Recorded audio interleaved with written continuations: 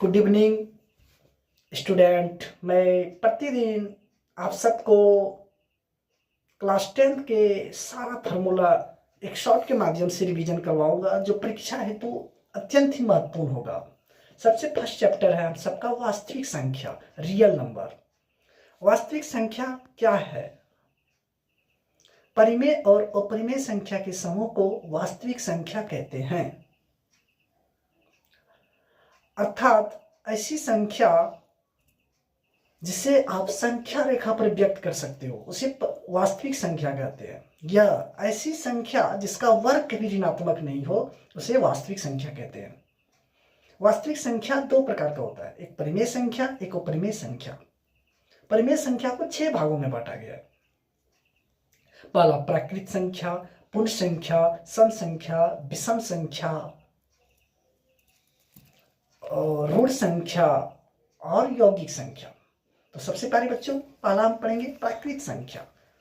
प्राकृत संख्या वे संख्या जो गिनती में आता हो उसे प्राकृत संख्या कहते हैं। जैसे 1, 2, 3, 4, 5। सबसे छोटी प्राकृत संख्या 1 होती है, सबसे बड़ी प्राकृत संख्या अनंत होती है। दूसरा है पूर्ण संख्या। शून्य और प्राकृत संख्या के समूह को पूर्ण संख्या कहते हैं। यह 0 से स्टार्ट होता है और अनंत पे जाके समाप्त होता है।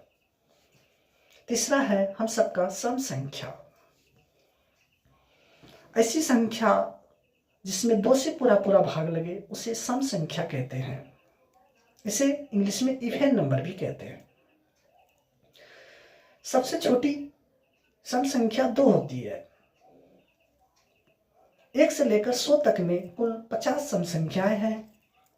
और सबसे बड़ी सम संख्या की बात की जाए तो अनंत है। विषम संख्या ऐसी संख्या जिसमें 2 से पूरा भाग नहीं लगे उसे विषम संख्या कहते हैं। जैसे सबसे छोटी विषम संख्या 1 होती है और ये इन्फिनाइट तक जाती है, अनंत तक।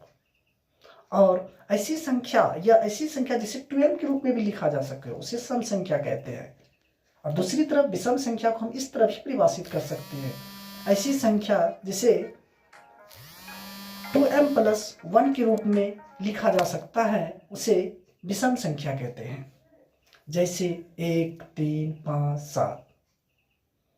उसके बाद है हम सबका प्यारे बच्चों विषम संख्या के बाद उभा संख्या पढ़ेंगे। ऐसी संख्या जिसमें 1 और स्वयं से भाग लगे उसे उभा संख्या कहते हैं। सबसे छोटी उभा संख्या 2 होती है और 1 से लेकर 100 तक में कुल 25 उभा संख्या होती है। उसके बाद है यौगिक संख्या। ऐसी संख्या जिसमें 1 और स्वयं के अलावा अन्य भी गुणनखंड हो उसे यौगिक संख्या कहते हैं। सबसे छोटी यौगिक संख्या